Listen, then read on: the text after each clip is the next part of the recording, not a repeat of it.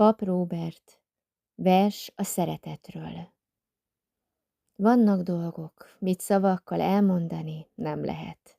Egy érzést jól kifejezni, hangok, betűk nincsenek. Azt legbelül érzi a szív, mikor csendben megdobban. Furcsa melegség járja át, s benne egy láng fellobban. A szeretet éppen ilyen, csak azt tudjuk, jó nagyon, hisz életet teszi szebbé, és segíthet sok bajon. Aki kap a szeretetből, orvosság az legdrágább, de ki nem kap, bizony mondom árva, tán a legárvább. Aki adja, annak is jó, hisz több lesz az odabenn, akármennyit ad is másnak, nem fogy el az sohasem. Szeretettel ne fukarkodj, hadd áradjon, mint a szél, de vigyázz, hogy kinek adod.